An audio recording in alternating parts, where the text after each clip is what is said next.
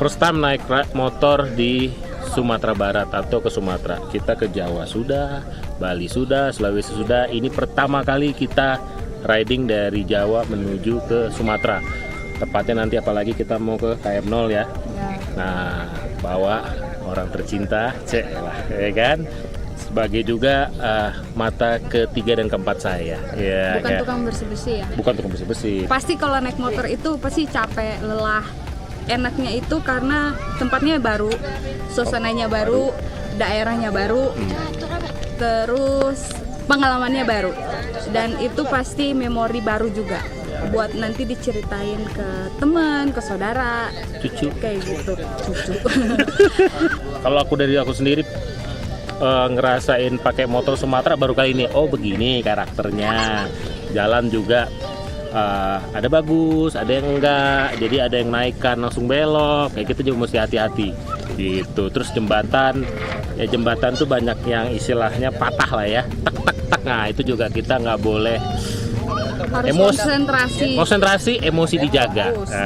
Fokus. Tahu di jalan aja nggak ada riset Google jalannya gimana, nggak ada. Kalian lihat mana? Lihat pesisir barat. Ya udah kita ikutin barat. Jadi kalau di daerah lain mungkin orang-orangnya beda, ya karakter mereka untuk bawa motor itu pasti beda. Jadi kitanya juga yang harus oh ternyata orang di sini berkendara motornya seperti ini gitu. Jadi kita yang lebih hati-hati sebenarnya. Mobil juga, karakter orang bawa mobil di Sumatera juga beda. Beda. Jawa antara Sulawesi beda. Pertama senang, yang kedua belum pernah ke daerah yang baru.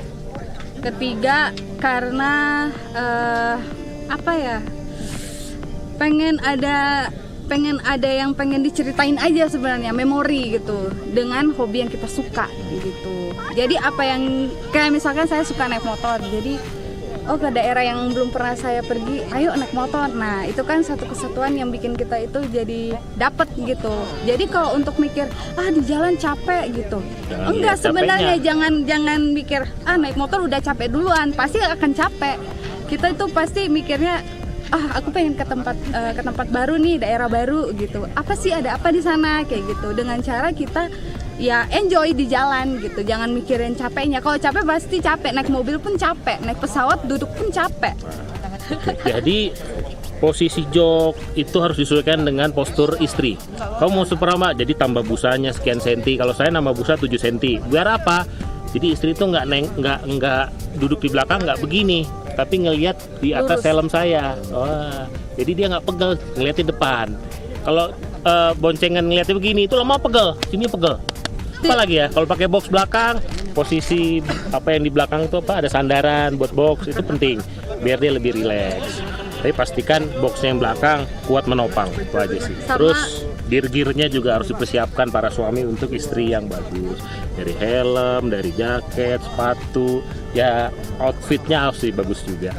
Ya kalau untuk para ibu-ibu di rumah yang mungkin worry suaminya naik motor, itu jangan worry sebenarnya. Kita juga sebagai istri bisa kalau ada waktu gitu ikut. Ya nggak apa-apa, nggak usah takut kalau di jalan capek, nanti beresiko tinggi, nggak apa-apa. Yang penting kalau kita sesuai aturan, jalannya nggak yang ugal-ugalan, pasti selamat, insya Allah.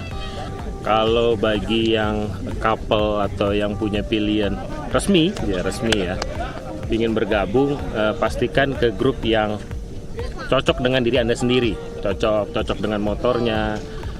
Kemudian untuk yang bawa couple atau pilihan, ya pastikan keselamatan mereka juga mesti dilihat, seperti jaket yang harus ada protektornya, celana juga harus ada protektornya, sepatu juga sepatu boot, jangan pakai sepatu cats. Helm pun kalau bisa, kalau half face tuh kasihan kena angin-angin, bagusan full face atau modular gitu. Dan kasihlah intercom banyak kok yang murah, dari mulai 500.000 sampai jutaan pun ada, karena di jalan tuh banyak cerita sama si rider dan pillion, ya kan? Nggak perlu teriak-teriakan, capek kok kita teriak-teriak, ya kan? Ada kucing gitu kan, capek kan? Cubit juga. Iya. Jadi nggak pakai bahasa tubuh, cubit-cubit gitu. Jangan takut naik motor, apalagi kalau suami yang hobinya naik motor, jangan dilarang. kalau bisa didukung, kalau bisa ibunya aja yuk Aku nggak pernah ikut, dicubit loh. gitu. Nggak pernah. Karena Sial. kalau kitanya worry, pasti suaminya pun di jalan akan worry gitu. Ikut aja nggak apa-apa. Lagi naik motor itu enak kok. Nggak seperti orang bayangkan capek, aduh jalannya jauh gitu. Enggak sebenarnya. Jadi kita yang lebih menguntungkan. Kalau ridernya kan yang bawa motor, mereka fokusnya motor. Kalau kita ini belakang ngelihat daerah baru, pemandangan yang bagus seperti ini, misalkan kita yang untung karena kita yang bisa ngelihat sampai 360 derajat sampai muter kepala ke belakang masih bisa lihat. Kalau ridernya nggak bisa, jadi enaknya itu. Halo rider Nusantara, saya mewakili On Tahut ingin menyampaikan kalau kita di jalan setiap kilometer ada senyuman. Di setiap kita jalan, onta jalan selalu santun, ramah di jalan, say hi sama orang-orang, apalagi anak kecil, selalu excited. Yang kedua, tidak semua rider itu arogan, Kak. Jadi ada beberapa orang yang benar-benar menikmati setiap perjalanannya. Jadi pesan untuk orang-orang di sana, rider tidak semua arogan. Sumatera adalah tantangan tersendiri karena satu, culture-nya berbeda dengan Jawa. Yang pertama emang setiap hewan-hewan ternak mereka dilepaskan. Jadi jangan sampai kebut-kebutan di jalan, guys, beneran.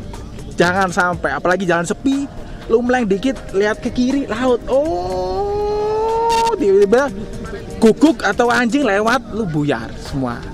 Oh, parah, jangan sampai. Fokus, tetap fokus, sedikit aja, 1 detik aja udah cukup. Jangan sampai meleng terus-terusan gini, wah anjing lewat, sapi lewat, oh bahaya. Jangan sampai, itu yang satu. Bener-bener harus difokuskan ke jalan. Jangan sampai lengah di jalan Sumatera. Hati-hati, kita kalau mau long trip, jauh-jauh hari kan harus olahraga, fisik yang pertama. Fisik itu setiap hari lo harus setidaknya harus ada keringat yang dikeluarkan, olahraga fisik.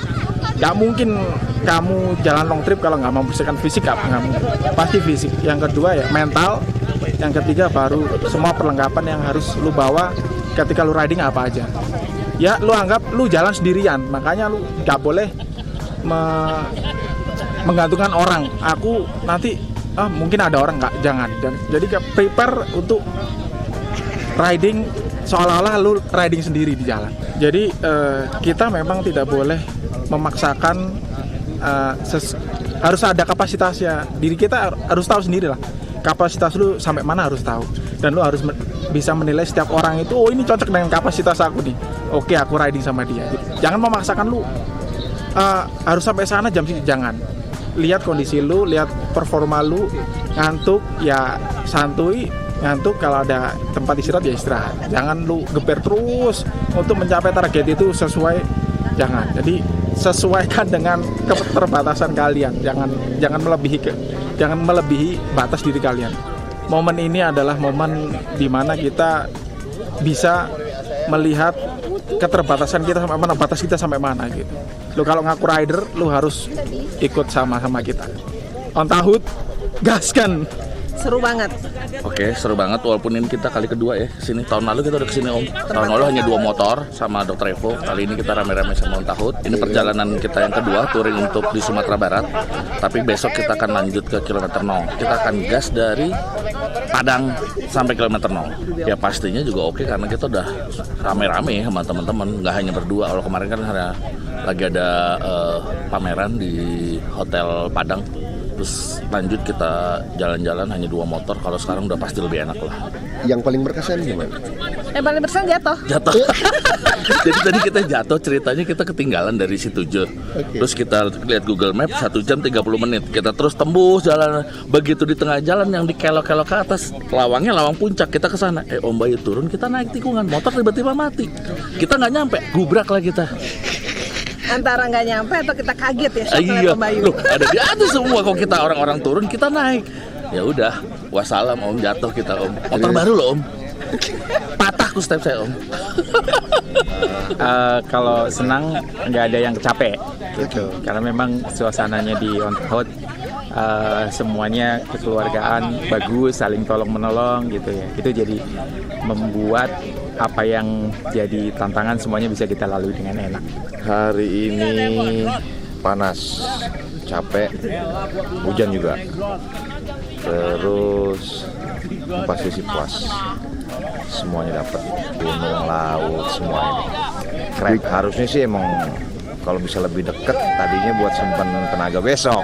Gue gak nyangka sejauh ini nih. Jauh, 1 jam setengah loh. Besok berapa? Gila nih acara ini semua udah oke. Gak ada sih. Karena yang bisa waktunya sedikit, kita towing. Yang mau riding, jalan. Yang penting nyampe satu tempat, jalan bareng. Keren. Gua rasain temen-temen ini kompak banget. Berasa banget temen. Apalagi jauh dari kampung nih. Semua jalan bareng jauh. Gak ada tinggal-tinggalan, tunggu-tungguan, tolong-tolongan, saling backup.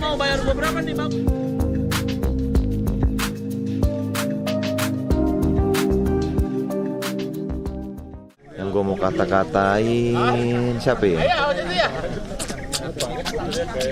Bayu sih, kampret tuh Bayu. Last minute nggak jadi bawa motor, padahal udah ganti ban bareng gue. Motor nggak dibawa, PP pesawat, kan kampret. Kita jawab lah. Kenapa jadi ngomongin gua lu?